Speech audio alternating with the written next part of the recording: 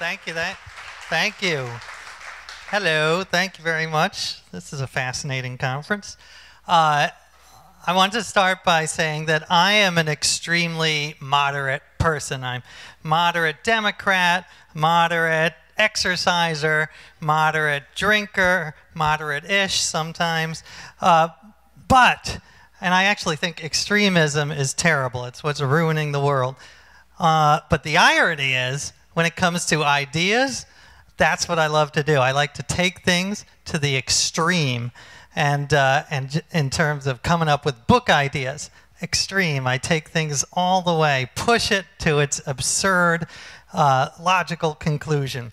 And that's how I come up with humor. That's business ideas. Everything is about taking it to the extreme. Because I feel when you take it to the extreme, you sort of see, it's like a stress test, and you see what works and what doesn't, what's good about the idea and what's not. So let me give you a couple of examples of how this works for me.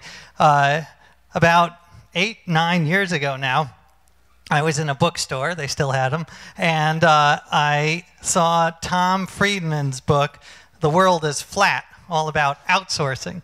And I was like, that's an interesting idea. What can I do with it? How can I take that idea and push it to the extreme? So I decided, what if I outsourced my life? What if I outsourced everything in my life? So my phone calls and my emails. What if I outsourced my arguments with my wife? Or my reading bedtime stories to my kids. So I did that, and I wrote about it for Esquire magazine, my outsourced life. And it was the greatest month of my life, by the way. It was fantastic because I just sat back and watched movies and read books. A couple months after that, I ran across another idea. This is a movement called radical honesty. And this movement, they believe that whatever's on your mind should come out of your mouth. No filter. So I tried that for a month. That was the worst month of my life. That I don't recommend. But it was fascinating. It was good and bad. The bad parts were things like, we went to a restaurant, and these friends of my wife's, they were college friends, and they said, "Oh, it's so great to see you. We haven't seen you in years.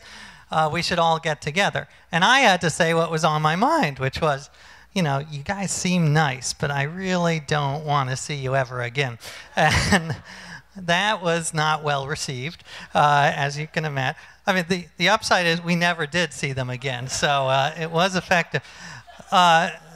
But there were bad sides to that, but there was also good sides to it, because you were radically honest. There's a liberating feeling. If you were radically positively honest, telling people how much you appreciate them and how much they mean to you, there's something very nice about that. So the idea of telling the truth and pushing it to the extreme. I did the same thing with religion. That was one of my books that came out about 5 years ago. And that came about because I grew up with no religion at all. As I say in the book, I'm Jewish, but I'm Jewish in the same way the Olive Garden is Italian. So, not very. But I was interested. I had a kid. I wanted to know what to teach him about religion. And I also saw these fundamentalists who were saying, well, you know what? We just follow everything in the Bible. And it didn't seem to me, from an outside point of view, it was, well, yeah, they were following some things, but they were cherry picking. They were not following everything. So what if I did that? What if I spent a year following every single rule in the Bible? See what happens. So I did. I got a board of spiritual advisors, rabbis, ministers, priests. I got a stack of Bibles and read through them and wrote down every rule that I could find in the Bible, and there are hundreds. And I wanted to follow them all without picking and choosing. So I followed the famous ones, the love thy neighbor and 10 commandments, be fruitful and multiply. I was fruitful and I did multiply. I had twin boys, so I take these projects very seriously. I also wanted to follow the less famous rules. The Bible says that you cannot shave the corners of your beard. So I didn't know where the corners were, so I just let the whole thing grow. And by the end, I kind of had quite some topiary going on. And I will tell you, I did spend a lot of time at airport security. So, so that was the way I pushed it to the extreme. And I found when you do that, it cuts through the clutter. You know, that is one way when the marketplace is so filled with sort of interesting ideas. One way to cut through the clutter is just to go all the way. I'm going to follow every single rule. I'm going to live as biblically as possible. I will tell you, it was an interesting book to market as well, because I wanted to have it appeal to as many people as possible. And I wanted to, you know, obviously I could pitch the religious magazines and some of the news shows, but what about, I thought, how can I get to a women's magazine? And I realized that the Bible actually talks a lot about sex and dating. So I pitched to Glamour magazine sex tips from the Bible, and they went for it. So I did, and I will tell you, that was one of the big surprises to me about the Bible. There's some parts are quite racy. There's the Song of Solomon. There's a line in there that it's basically a love poem from a guy to his girlfriend, and he says at one point, "Your breasts are like twin gazelles grazing in the field." I mean, that for the Bible, that's pretty racy, don't you think? So I tried to market it as much as possible. I tried to push it to the extreme, and there I am. That's Times Square. The sheep was not actually part. I didn't have that the whole year. That was more of a rental sheep, just for the. And that's me hailing a cab. So that's an example of how I sort of cut through the clutter on that one. Then I did another book that was along the same lines, except for the body. I was in terrible shape about 5 years ago. I wasn't traditionally fat. I was what they call skinny fat, so I looked like a snake that had swallowed a goat. And I decided that I needed to get in shape, and if I'm going to do it, why not push it to the extreme again? So I decided to follow every piece of medical advice in the world and see what happens. So I tried all of the different physical regimen. I did all the tests. There's a brain test. That's a sleep test. By the way, I did not get a great night's sleep that night.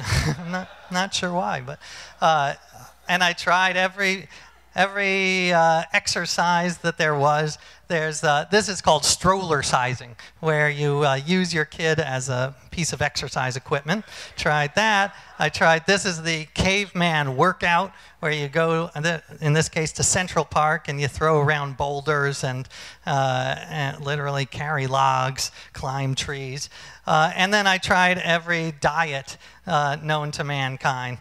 So, and that I was able to, because I had tried everything, I was able to market it more effectively, because I could go to a TV producer or a magazine and say, I did everything. I did it all for you, so I've figured out what works and what doesn't.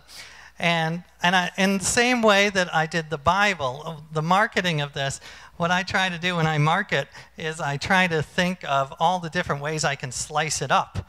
So I did an article on food for food magazines, exercise for exercise magazines, but also what is healthy music? Can music be healthy? So you can write that for a music magazine or a music radio show. So the key is to really slice and dice your product and try to sell it anywhere you can. Now, David, that's me. I wrote the book while walking on a treadmill. That's another thing. All right, so this one, the last project I want to talk about is my current project, which I'm very excited about. And this one came about because about 6 months ago, this guy emailed me out of the blue, and he said, you don't know me, I've read your books, but I am your 12th cousin. And at first I was like, okay, now he's going to ask me to wire $10,000 to a Nigerian bank, you know. But it turns out that he wasn't. He was for real. He was my 12th cousin, and he had a family tree of 80,000 people, and I was one of them. And to me, this was fascinating because, again, I thought, well, what 80,000 people, that's remarkable. But what if you pushed it even further? What if it were a family tree of the entire world? Can we do that? And the answer is yes. Because of technology, this is a fascinating time. We are able to figure out how we are related to almost any other human being on Earth. And there are these websites where you can go on and you upload your family tree, and it'll connect to other people's family trees, and it'll just keep connecting and connecting until you're joining this massive, mega, monster family tree. And the one that I'm on right now has no less than it's actually more than that now. It just hit 80 million people. So that's 80 million people connected by blood or marriage. These are all of my cousins, and you guys can get on it too. You are my cousins. You just don't know it yet. And these are everyone, college friends are on it, high school friends. There's my cousin Gwyneth is on it. She is just 17 steps away from me. There's my cousin Obama, who is my aunt's, 5th grade aunt's husband's wife's brother's 7th grade nephew. So practically my older brother. And then President George H.W. Bush. So I've been going around the country explaining this idea that we are all cousins. And my hope is once we realize this, we'll actually treat each other with a little more kindness. It's a little bit of an idealistic dream, but it might work. So I just approach people and say, listen, I am your cousin. Would you take a photo with me? Would you come to this family reunion I'm planning? And I will tell you, since this is a business conference, this is a very interesting business strategy because I will go to a producer or an editor because I want to spread the word. So I want to get it out there. So like I figured out how the producer of Good Morning America was my cousin. He was like my 8th cousin. So I then email him and say, listen, I'm AJ Jacobs. I'm your 8th cousin, and I'd love to come on your show. Will you do it?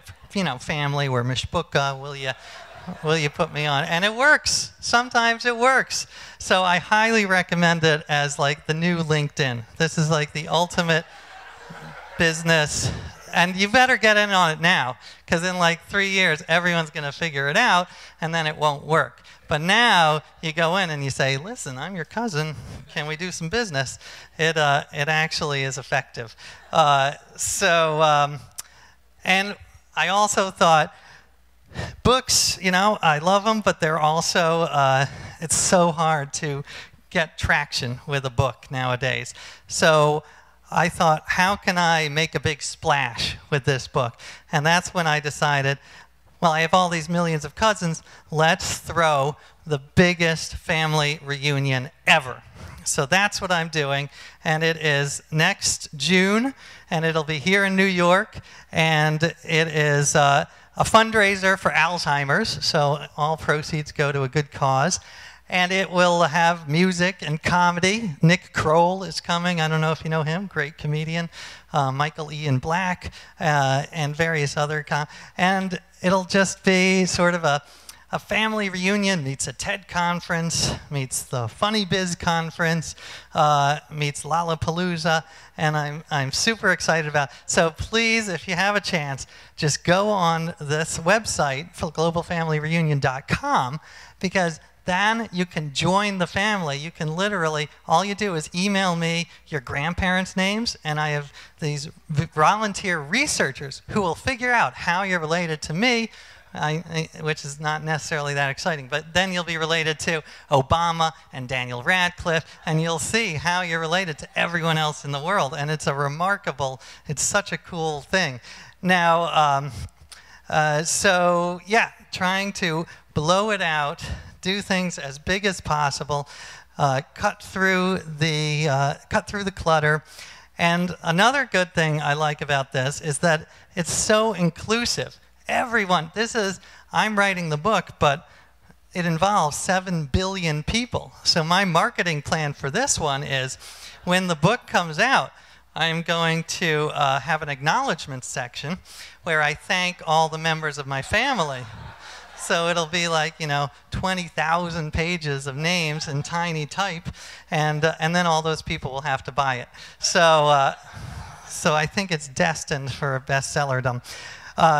So in conclusion, the general theme was go extreme in your ideas, but be moderate in your life.